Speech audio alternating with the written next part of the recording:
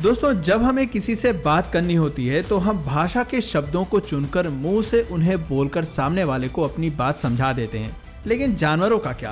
कहते हैं कि जानवर भी प्यार की भाषा को समझते हैं। हम जब उन्हें दुलार देते हैं तो वो हमारा कहना मानते हैं। आर्मी और पुलिस में तो बाकायदा जानवरों को इसके लिए ट्रेन भी किया जाता है, जिसके बाद कमांड को सुनकर वो उनके ऑर्डर्स का पालन करते हैं। इसका सीधा सा मतलब ये है कि जानवर तो बहुत हद तक हम इंसानों की भाषा को समझते हैं, लेकिन हम इंसान चाहकर भी जानवरों की भाषा को ठीक से नहीं समझ पाते हैं। क्या कभी ऐसा हो सकता है कि इंसान हाथी या मधुमक्खी की भाषा को समझ सके? भले ही ये सवाल आपको अजीब लग रहा हो, लेकिन इसका जवाब हाँ है, और यही मैं आपको आज की इस वीडियो में बताने वाला हूँ। आज हम जानेंगे एनिमल्स आपस में कम्युनिकेट कैसे करते हैं, वे अपनी बातों को किस तरह से अपने साथी के सामने रखते हैं। दोस्तों, आज की वीडियो काफ़ी ज़्यादा इंटरेस्टिंग होने वाली है, सो प्लीज़ आप इस वीडियो के एंड तक बने रहिएगा। दोस्तों, आपने नोटिस किया होगा कि मधुमक्खियाँ जब भी किसी पर अटैक करती हैं तो वो झुंड में रहती हैं। अकेली मधुमक्खी बहुत ही कम देखने को मिलती है, और इसके पीछे वजह है उनकी भाषा, यानी कि उनकी ज़बरदस्त कम्युनिकेशन स्किल। जब भी किसी मधुमक्खी को कहीं पर भोजन दिखता है या उन्हें किसी पर अटैक करना होता है तो वो अपने छत्ते पर जाकर डांस करती हैं। दरअसल डांसिंग के थ्रू ही ये दूसरी मधुमक्खियों से कनेक्ट होती हैं। लेकिन ये भी एक अच्छा खासा गणित है। दरअसल मधुमक्खियाँ दो तरह से डांस करती हैं, वेगल डांस और राउंड डांस। वेगल डांस में मधुमक्खियाँ घूमकर एक सर्कल बनाती हैं और फिर बीच में से एक लाइन ड्रॉ करती हैं। बीच की लाइन जितनी ज़्यादा लंबी होती है, उनके भोजन की लोकेशन या फिर उनके शिकार की लोकेशन उतनी ही दूर होती है। वहीं राउंड डांस करके एक मधुमक्खी अपने साथियों को ये बताती है कि भोजन उनके आसपास ही है। इसलिए जब भी कोई मधुमक्खी डांस करना स्टार्ट करती है तो सारी मधुमक्खियाँ बहुत ध्यान से उसे डांस करते हुए देखती हैं, ताकि वो समझ सकें कि उनका साथी उनसे क्या कहने की कोशिश कर रहा है। दोस्तों, मधुमक्खियों की तरह ही चींटियों की भी कम्युनिकेशन स्किल काफ़ी ज़्यादा ज़बरदस्त होती है। चींटियाँ फेरोमोन्स नाम के केमिकल को रिलीज़ करती हैं, और इसी केमिकल की मदद से ये चींटियाँ आपस में कम्युनिकेट भी करती हैं। इनफैक्ट खतरा महसूस होने पर भी ये चींटियाँ इसी केमिकल की मदद से दूसरी चींटियों को अलर्ट करती हैं। आपने अक्सर चींटियों को देखा होगा कि ये हमेशा एक लाइन में चलती हैं। दरअसल जब चींटियां भोजन की तलाश में निकलती हैं तब इनमें सबसे आगे रानी चींटी चलती है, जो अपनी बॉडी से फेरोमोन्स केमिकल को रिलीज करती है, और बाकी सभी चींटियां इसी केमिकल की गंध को सूंघकर आगे बढ़ती हैं, जिससे एक लाइन बनती है। कुछ समय पहले ही स्टैनफोर्ड यूनिवर्सिटी के एक प्रोफेसर के द्वारा चींटियों पर एक रिसर्च की गई थी, जिसमें ये सामने आया था कि चींटियां आपस में कन्वर्सेशन के लिए एक खास किस्म के एल्गोरिदम का इस्तेमाल करती हैं। जिस तरह से इंटरनेट की दुनिया में डेटा का ट्रांसफ़र होता है, ठीक उसी तरह से चींटियां भी आपस में इंफॉर्मेशंस को एक्सचेंज करती हैं। दोस्तों, चींटियों के बात करने के इस अनोखे तरीके को देखकर अगर आप हैरान हैं तो आपको पानी में रहने वाली कटल फिश को भी एक बार करीब से जान लेना चाहिए। कटल फिश को समुद्र का गिरगिट भी कहा जाता है, और इसके पीछे वजह है इसके रंग बदलने की कैपेसिटी। कटल फिश एक समुद्री मछली है जो अपनी इच्छा अनुसार अपने स्किन के कलर को चेंज कर सकती हैं, और ये ऐसा अपने नर्वस सिस्टम के इस्तेमाल करके करती हैं। दोस्तों, रंग बदलकर ये मछली न केवल इन्वायरमेंट के साथ घुल मिल जाती है, बल्कि ये शिकार को हिप्नोटाइज भी कर सकती है। आपको जानकर हैरानी होगी कि कटल फिश अपने रंगों का इस्तेमाल अपने साथियों द्वारा दूसरे कटल फिश से बातचीत करने, खुद को छिपाने, शिकारियों को चेतावनी देने और अपने शिकार को वश में करने के लिए करती है। ये 1 सेकंड से भी कम समय में ही अपना रंग बदलने की काबिलियत रखती है। जबकि अगर बात करें समुद्र में राज करने वाली व्हेल मछली की, तो इनकी कम्युनिकेशन स्किल कटल फिश से काफ़ी डिफरेंट है। ये आपस में बात करने के लिए वोकलाइजेशंस, बॉडी लैंग्वेज और फिजिकल कांटेक्ट का इस्तेमाल करती हैं। लेकिन इनकी कम्युनिकेशन का जो सबसे ज़्यादा पॉपुलर तरीका है वो है गाना गाना। जी हाँ, आपने बिल्कुल सही सुना। व्हेल की ही एक स्पीशीज है हम्पबैक व्हेल, जो एक दूसरे से बात करने के लिए गाना गाती हैं। इनके गाने कुछ मिनटों से लेकर कुछ घंटों तक चलते हैं।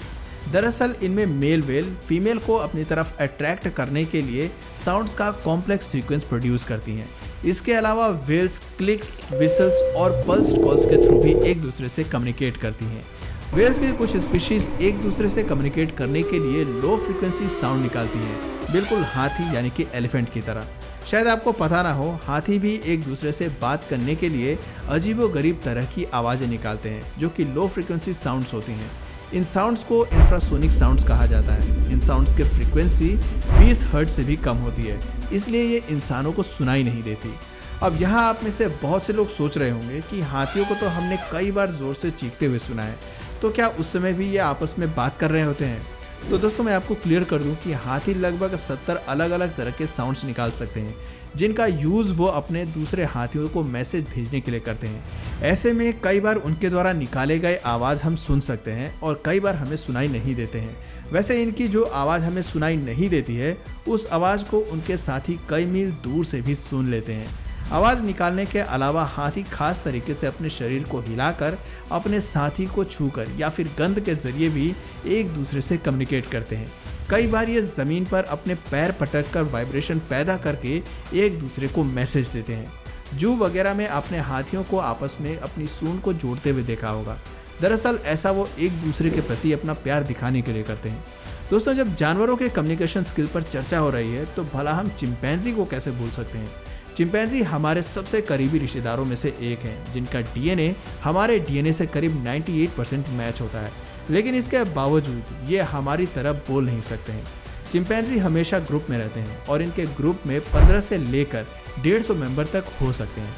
ऐसे में अपनी बात को दूसरे साथियों तक पहुंचाने के लिए ये तरह तरह के इशारों का इस्तेमाल करते हैं। आपने वीडियो वगैरह में चिंपैंजी को देखा होगा। वो जब भी भूखे होते हैं तो हाथों से अपने इशारा करते हैं। वो बार बार अपने मुंह को छूते हैं और अपने साथी को थपथपाते हैं, जिसका मतलब है कि वो भूखा है और खाना मांग रहा है। इसके अलावा चिंपैंजी चेहरे के एक्सप्रेशन से भी अपने इमोशंस को एक दूसरे के सामने रखते हैं। अपने ग्रुप को शिकारियों से सावधान करने के लिए इन्हें अक्सर चिल्लाते हुए, हुटिंग करते हुए और सीटी बजाते हुए देखा गया है। चिंपैंजी लंबी दूरी की तेज आवाज़ें भी निकाल सकते हैं, जिन्हें पैंट हुट कहा जाता है। दोस्तों, चिंपैंजी की तरह ही वुल्फ्स भी बात करने के लिए लंबी दूरी की तेज आवाज़ें निकालते हैं। इन्हें अपनी बात को दूसरे साथियों तक पहुंचाने के लिए हॉलिंग, ग्रॉलिंग, बार्किंग और कई बार विनिंग करते हुए भी देखा गया है। इसके अलावा वुल्फ्स कम्युनिकेट करने के लिए अपनी बॉडी लैंग्वेज और गंध का भी सहारा लेते हैं। दरअसल ये अपने टेरिटरी को मार्क करने के लिए उनकी बाउंड्रीज पर ही पी कर देते हैं, ताकि उनकी गंध से वो अपने और दूसरे वुल्फ्स की टेरिटरी की पहचान कर सकें। वेल दोस्तों, ये तो बात हुई जानवरों की, लेकिन क्या आपको पता है आसमान में स्वतंत्र रूप से अपने पंखों को फैलाकर उड़ने वाले बर्ड्स यानी कि पक्षी भी आपस में कम्युनिकेट करने के लिए तरह तरह के तरीके अपनाते हैं।